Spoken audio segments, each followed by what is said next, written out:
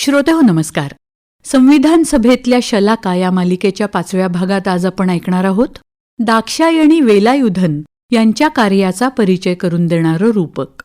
लेखन सुरेश सावंत, निवेदन ज्ञानेश्वर नाईक आणि धनश्री जोशी, निर्मिती सहयोग रोहिणी पाटील आणि सादरकर्त्या ज्योत्स्ना केतकर. स्त्री शक्तीच्या भूमीमधून प्रसवे मानव जात, तिच्या उन्नतीसाठी श्रमली रात्रंदिन स्त्री जात. अम्मो दुर्गा अशा शलाका स्वातंत्र्यास्तव लढल्या, नारी समता समाजोन्नती या ध्येयास्तव जगल्या. साल 1913. नक्की तारीख ठाऊक नाही. पुलया या केरळमधल्या एका अनुसूचित जातीचे लोक कोची जवळच्या बोलगट्टी या बेटावर एकत्र येतात. त्यांनी स्थापन केलेल्या पुलया महाजन सभेनं व्यापक बैठक बोलावली आहे. विषय अनुसूचित जाती म्हणून त्यांच्यावर होणाऱ्या अत्याचाराविरोधात आवाज उठवणं. जमीन कोचींच्या महाराजाच्या मालकीची. या वंचित समाजाच्या प्रतिरोधाला महाराजाचा विरोध, त्यामुळे तो जागा देत नाही. प्रश्न उभा राहिला, कुठं घ्यावी बैठक?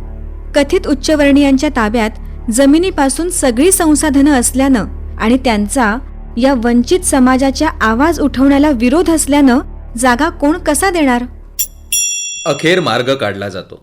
समुद्र किनाऱ्यापासून काही अंतरावर समुद्रात पुलया आपल्या बोटी एकत्र करतात. बांबूंनी जोडून त्यांचा विस्तृत तराफा तयार करतात. या वंचितांच्या प्रतिरोधाची सभा त्यावर होते. जमीन राजाची किंवा जमीनदाराची, समुद्र कोणाचाच नाही. जात जमिनीवर, ती समुद्रावर नाही. अशा जात नसलेल्या बिगर सत्तास्थानी उभं राहून पुलया अन्यायकारी व्यवस्थेला ललकारतात. दाक्षायणी वेलायुधन यांच्या चरित्राचं नाव आहे the sea has no caste. समुद्राला कोणतेही जात नाही. समुद्रावरचं हे संमेलन आयोजित करण्यात तसंच पुलयांवरील अन्यायाच्या विरोधात आवाज उठवणाऱ्यांमध्ये पुढाकार आहे दाक्षायणीच्या कुटुंबाचा. दाक्षायणीचं त्यावेळी वय जेमतेम 1 वर्ष. तिचा जन्म 15 जुलै 1912चा. तर हे समुद्रावरील संमेलन 1913चं. केरळच्या एर्नाकुलम जिल्ह्यातल्या मुळावुकड या गावात दाक्षायणीचा जन्म झाला. पुलया समाजात कुंजन आणि मणी हे तिचे आईवडील. अनुसूचित जातीत गणल्या जाणाऱ्या पुलया समाजातल्या लोकांना सार्वजनिक रस्ते वापरायला बंदी होती. तथाकथित उच्च जातीच्या व्यक्तींपासून विशिष्ट अंतर राखून राहावे लागे. यातल्या स्त्रियांना तर आणखी भयंकर अन्याय सोसावा लागला. कोणत्याही कपड्यानं त्यांना छातीचा भाग झाकण्यास मनाई होती. यासारखे असंख्य अन्याय आणि अत्यंत अवहेलनेचं जिणं हा समाज जगत होता. दाक्षायणीच्या आधीच्या पिढीतले लोक त्या विरोधात आवाज उठवत होते, लढत होते. दाक्षायणीला अन्यायाविरोधात उभं राहण्याचा वारसा तिच्या नात्यातून, परिसरातूनच मिळाला. संविधान सभेतल्या ज्या 15 महिलांची आपण माहिती घेत आहोत त्यातल्या वयानं सर्वात लहान होत्या दाक्षायणी वेलायुधन. संविधान सभेत आल्या त्यावेळी त्या 34 वर्षांच्या होत्या. परिस्थितीची प्रतिकूलता हीच विलक्षण प्रेरणा होते. काही संधी आणि सहाय्य मिळालं तर माणसं गतीने पुढे जातात. दाक्षायणीबाबत तेच झालं. तिचं प्राथमिक शिक्षण मुळावुकडलाच सेंट मेरीज शाळेमध्ये झालं. नंतर ती शिकली MLCC हायस्कूलमध्ये. पुढे कोचीनच्या महाराजाज कॉलेजमधून ती विज्ञानाची पदवीधर झाली.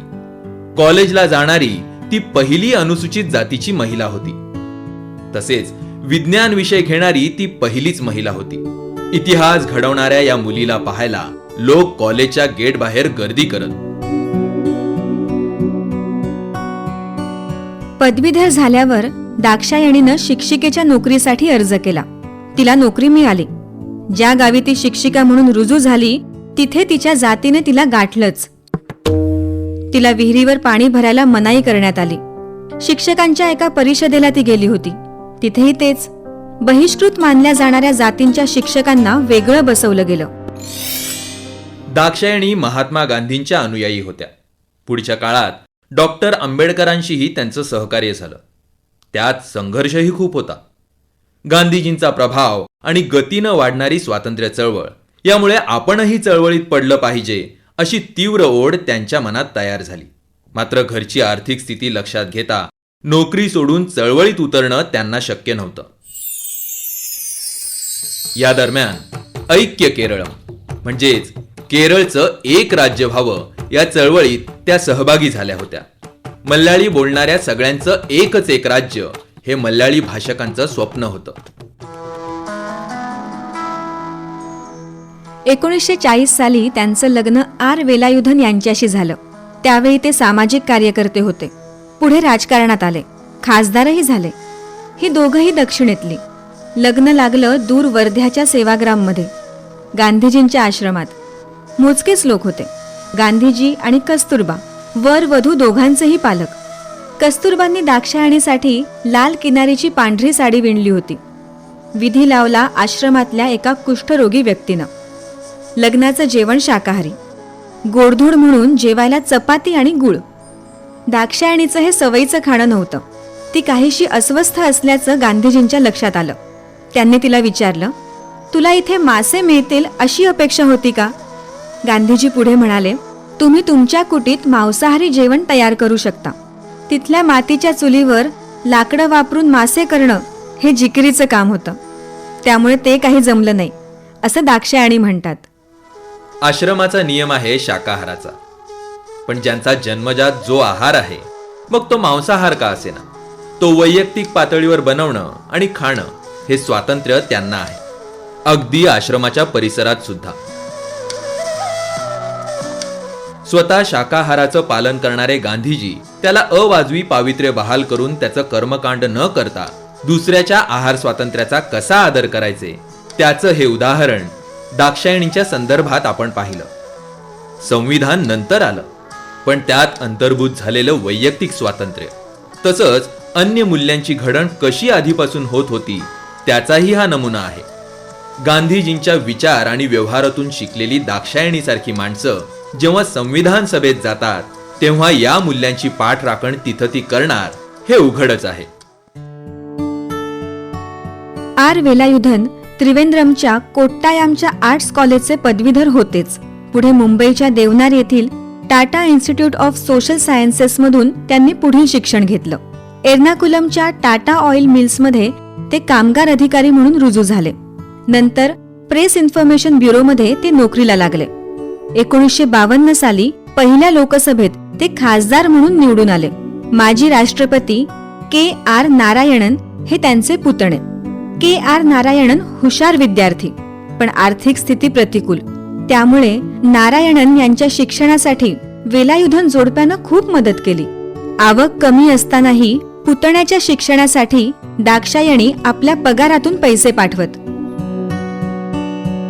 लग्न झाल्यावर आणि नवरा कमावता असल्यानं दाक्षायणींवरचा कुटुंब चालवण्याचा आर्थिक भार खूप कमी झाला. आता त्या सामाजिक राजकीय क्षेत्रात अधिक मुक्तपणे हालचाल करू लागल्या. कोचीन कायदे मंडळावर त्यांची नियुक्ती झाली. अशी नियुक्ती होणाऱ्या अनुसूचित जातीतल्या त्या पहिल्या महिला होत्या. त्यांनी तिथं उपेक्षित समूहांसाठीच्या अपुऱ्या विकास निधीबाबत आवाज उठवला. पंचायत आणि नगरपालिकांमध्ये अनुसूचित जातींच्या पुरेशा प्रतिनिधित्वासाठी त्यांनी प्रयत्न केले. डॉक्टर बाबासाहेब आंबेडकर यांनी स्थापन केलेल्या ऑल इंडिया शेड्यूल कास्ट फेडरेशनच्या जय भीम या साप्ताहिकाच्या दाक्षायणी व्यवस्थापकीय संपादक होत्या. त्यात त्या लिहितही असत. त्यातून त्या काँग्रेसवर कठोर टीका करत असत. त्याचवेळी त्यांनी शेड्यूल कास्ट फेडरेशन तसंच डॉक्टर बाबासाहेब आंबेडकरांचे राजकारण यावर टीका करणंही सोडलं नाही. अनुसूचित जातींसाठी स्वतंत्र मतदारसंघाची मागणी दाक्षायणी यांना मान्य नव्हती. काँग्रेस आणि शेड्यूल कास्ट फेडरेशन या दोहोंच्या कार्यकर्त्यांकडून दाक्षायणींवर जोरदार टीकेचे आघात होऊ लागले. संविधान सभेसाठी त्यांचं नाव काँग्रेसकडून पुढे आलं. त्यांच्या या नामांकनाविरोधात स्थानिक काँग्रेसच्या नेत्यांनी श्रेष्ठींकडे आपला जोरदार विरोध नोंदवला. एवढं सारं होऊन सुद्धा 1946 मध्ये दाक्षायणी वेलायुधन मद्रास प्रांतातून संविधान सभेवर निवडून गेल्या. वयाच्या 34व्या वर्षी निवडून गेलेल्या दाक्षायणी वेलायुधन या संविधान सभेतील सर्वात तरुण आणि एकमेव अनुसूचित जातीच्या महिला सदस्य होत्या. दाक्षायणींना संविधान सभेतला स्वतंत्र आणि सशक्त आवाज मानला जाई.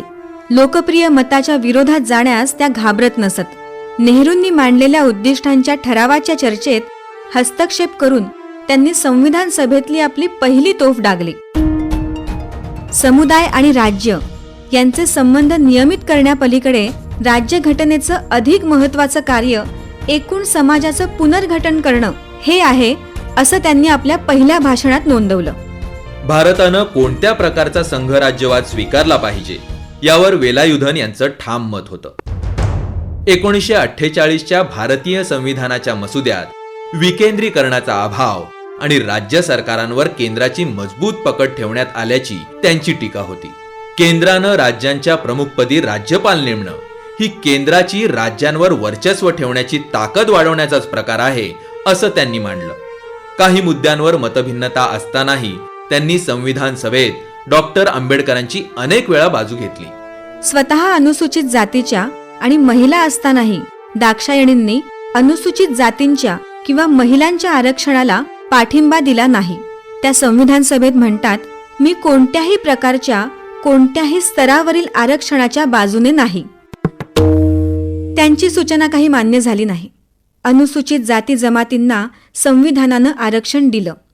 विकासाचं वितरण सर्व स्तरांमध्ये न्याय्यरित्या करणं आणि भेदभाव करणाऱ्या समाजाचा दृष्टिकोन बदलणं हा अनुसूचित जातींना सर्वांच्या बरोबरीनं आणण्याचा अधिक टिकाऊ मार्ग आहे, असा दाक्षायणींचा विश्वास होता.